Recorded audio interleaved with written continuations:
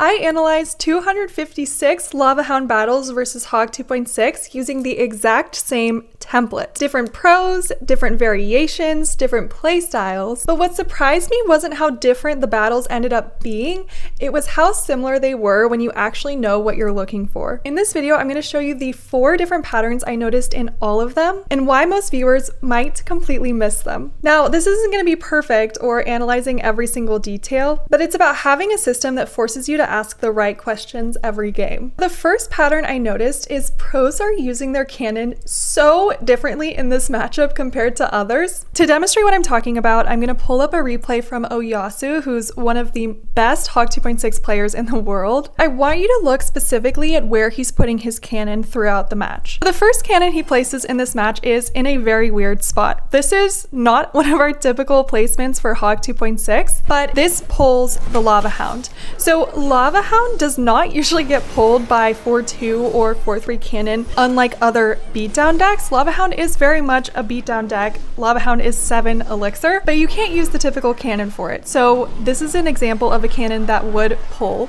Okay, now we have his second cannon. It's in an entirely different place from the last one. It's in 4-2.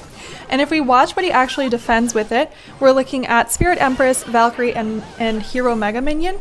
And Spirit Empress and Valkyrie are likely what he's defending because those are the only ground troops that the cannon can target. There are 2 more I want you to notice. We have our traditional high cannon here. This is what I would expect for Lavahound matchups, as it is an air matchup, so I would have thought this was standard. And lastly, we have another weird cannon placement. This one's a little bit, you could argue it wasn't really necessary, but I want to really quickly go through the stats of what we normally see in these matchups. When I put all of the matches together that I analyzed, we see a similar pattern with cannon placements as Oyasu did. 30% of cannons are being put in that high cannon placement we saw closer to the end. 12% are high side cannons, and then 10% are 4-2. The rest are very small percentages for random tile placements, and then 29% in other, which is what I use to categorize placements that just don't really show up very often at all. My takeaway from this is that pros are kind of just using their cannons situationally, so it really just depends on the push they're defending. There's no standard placement. I hope you also noticed something else about cannons in that matchup.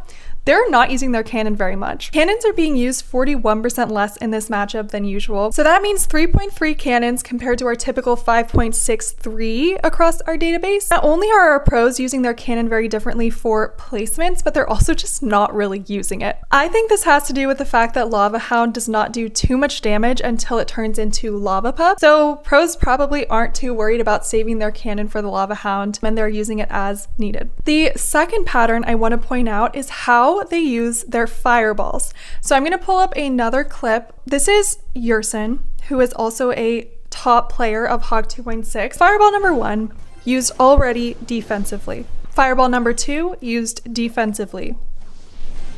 Fireball number 3 used offensively to clean up those skeleton dragons. We have a 2-to-1 split between defensive and offensive. That's pretty abnormal for most battles. We normally see a 82% offensive fireball rate and obviously 18% defensive. Across all of our Lavahound battles, it's pretty much 53% offensive, 47% defensive. This might have to do with Lava Pups just being such a good candidate of a troop to fireball. They can do so much damage. Main takeaway, use your fireball defensively more so than usual in this matchup.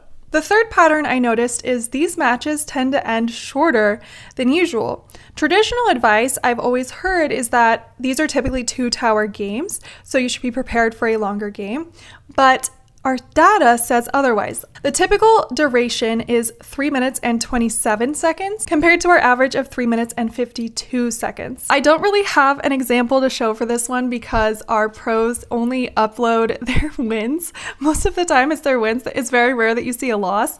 So I would assume those are some of the games that actually go a little bit longer. Our final pattern that I noticed is the lane split. So this is a beatdown deck, right? I would have thought you'd want to counter push here or go opposite lane so they can't build up a big push. Not the case, not the case. Pros are kind of 50-50 split between same lane or opposite lane. The actual number is 51% same lane, 49% opposite lane. Honestly, this is pretty similar to the rest of our database. It's pretty much a 50-50 split for a lot of the battles I analyzed. But I thought this was interesting for specifically Lavahound because it really does seem like once they get damage on one tower, they commit to it, and that's a good way to win. Those were the biggest patterns I noticed in Lavahound matchups. Let me know if you want a more detailed breakdown, and talk to you later.